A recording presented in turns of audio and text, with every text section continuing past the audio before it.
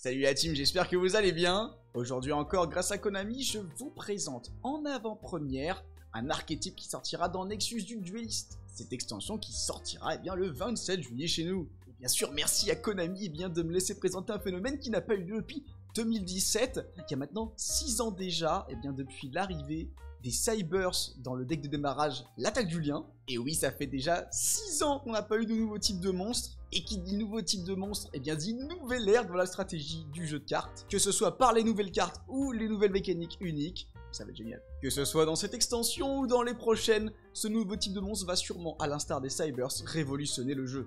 Parlons un petit peu plus de ces monstres. Ils sont inspirés d'anciens monstres tirés des jeux vidéo Yu-Gi-Oh! Et de la fusion chimère bête mythique volante de Yu-Gi dans l'animé. Ils sont tout à fait uniques en leur genre puisqu'ils amènent une nouvelle mécanique. Celle-ci est basée tout simplement sur le nom du type de monstre, illusion. À l'instar d'une illusion qui n'est pas tangible, ces monstres ne peuvent pas détruire les monstres qu'ils combattent, ni se faire détruire en retour d'ailleurs.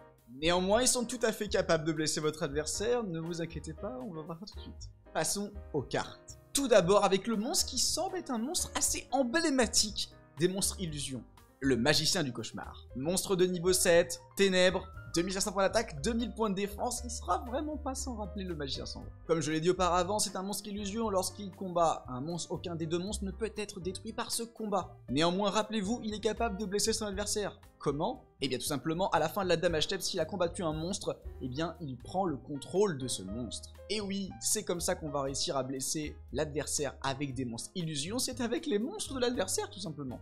De plus, au début de la damage step, si on attaque avec un autre monstre que celui-ci, on peut détruire une carte sur le terrain, ce qui est vraiment très fort. Passons à la suite des monstres. Coatl du champ de maïs. Monstre niveau 4 d'attribut, vend 500 points d'attaque, 1700 points de défense. Cette carte combat un monstre, aucun des deux monstres ne peut être détruit au combat, encore une fois la mécanique des monstres illusions. Il peut se défausser de la main pour ajouter depuis le deck à la main une carte qui mentionne fusion chimère. Petit spoil pour la suite des cartes ça. Bon, évidemment, on ne peut pas l'ajouter lui-même et cet effet est limité à une fois par tour. Mais il possède un autre effet. Si notre adversaire active une carte ou un effet qui va cibler une ou plusieurs de nos cartes et que l'on contrôle chimère, bête, mythique, volante, on peut bannir cette carte du terrain ou du cimetière pour annuler l'effet et détruire la carte. C'est pas mal du tout. On continue avec les monstres illusions avec le chevalier épéiste du miroir. Monstre de niveau 4 lumière, 1900 points d'attaque et 300 points de défense. Encore une fois, lorsqu'il combat, aucun des deux monstres ne peut être détruit par ce combat. De plus, en effet rapide, on peut sacrifier cette carte et invoquer spécialement de notre deck un monstre qui liste fusion chimère.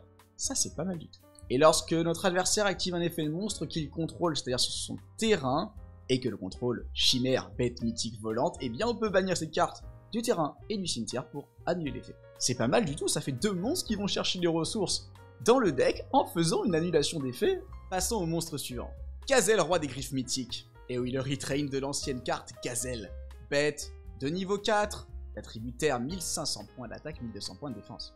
Si cette carte est invoquée normalement ou spécialement, on peut ajouter depuis notre deck à notre main un monstre démon de niveau 5 ou la fusion chimère précisément. De plus, si cette carte est envoyée au cimetière pour une invocation fusion, quelle que soit l'invocation fusion, on va pouvoir ajouter un monstre illusion depuis notre deck à notre main.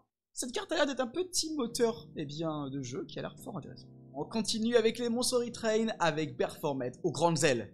Monstre démon de niveau 5 d'attribut ténèbres, 1400 points d'attaque, 1800 points de défense. S'il est invoqué normalement ou spécialement, on peut ajouter à notre main un monstre bête de niveau 4 et ou une fusion chimère. Et aussi, nous serons bloqués à l'invocation de monstres fusion depuis notre extra deck le reste du tour. De plus, s'il est utilisé comme monstre matériel de fusion, on pourra cibler un monstre illusion dans le cimetière et le réinvoquer. Évidemment, chaque effet de Performate est limité à une fois par tour. On passe maintenant aux magies avec la carte Armement Fusion, une magie sur laquelle on peut voir le Spadazin des Flammes, ça me régale rien que pour l'artwork. Alors que fait-elle? On peut révéler un monstre fusion de notre extra deck et invoquer un de ses matériaux, depuis notre extra deck ou notre cimetière sur notre terrain, et jusqu'à la fin du tour de l'adversaire, ces effets sont annulés et il ne pourra pas déclarer l'attaque. Et oui, vous avez bien lu, on peut invoquer spécialement des matériaux depuis l'extra deck, comme le Spadazin des Flammes ou je ne sais pas, chimère, bête mythique volante par exemple.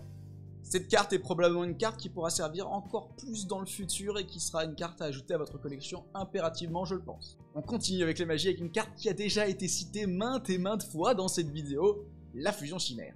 Une magie rapide, ce qui est déjà fort intéressant, qui va nous permettre durant la main phase eh bien, de faire une fusion en utilisant des monstres depuis le terrain ou notre main comme monstre matériel fusion. On devra par contre impérativement utiliser soit un monstre bête, soit un monstre démon dans cette fusion. De plus, si Chimère bête mythique volante est présente sur le terrain ou dans notre cimetière et que Fusion Chimère est dans le cimetière, on va pouvoir faire un des deux effets suivants.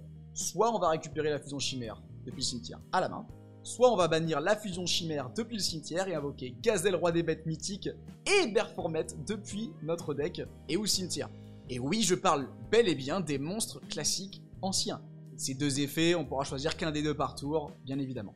J'espère pour vous que ça ne sera pas une déception, mais pour le moment, aucune carte piège liée au monstre Illusion et au monstre Chimère. Alors on va passer directement aux cartes d'extra deck avec les monstres fusion. On commence par Chimère Roi Bête Fantôme.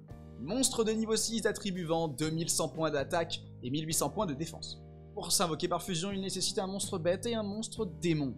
Et lorsqu'il est présent sur le terrain ou dans le cimetière, eh bien il prend le nom de Chimère Bête Mythique Volante. Ce qui sera très probablement un très gros point de la stratégie, ça évitera de jouer le monstre Vanilla.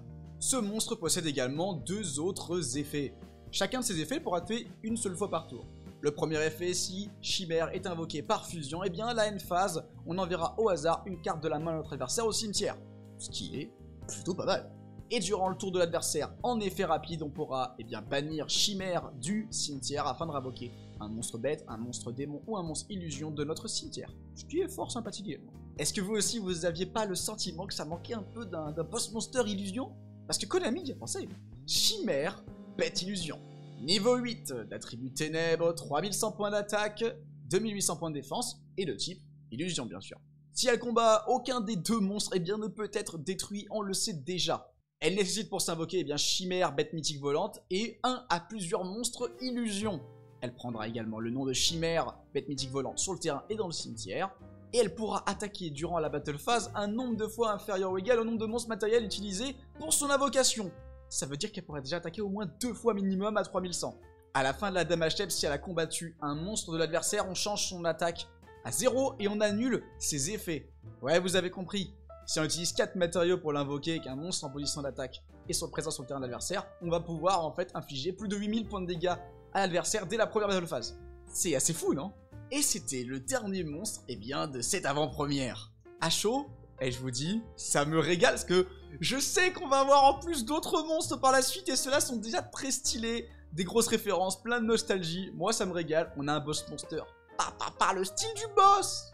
Ouais, j'avoue, moi j'ai le petit coup de cœur pour ce boss monster illusion, très clairement, la chimère powerful. Voilà, moi ça me régale, j'adore. Et je sais pas ce que vous en avez pensé, n'hésitez pas à me dire dans les commentaires déjà votre carte préférée parmi toutes celles-ci. Et puis mettez un petit j'aime, ça fera toujours plaisir. Moi je remercie encore une fois Konami pour m'avoir permis de présenter ce nouveau type, je suis très content. Et je vous retrouve prochainement pour d'autres vidéos, d'autres live Twitch, vous avez tout dans la bio, n'hésitez pas à aller checker tout ça. Et sur ce, je vous dis ciao les amis.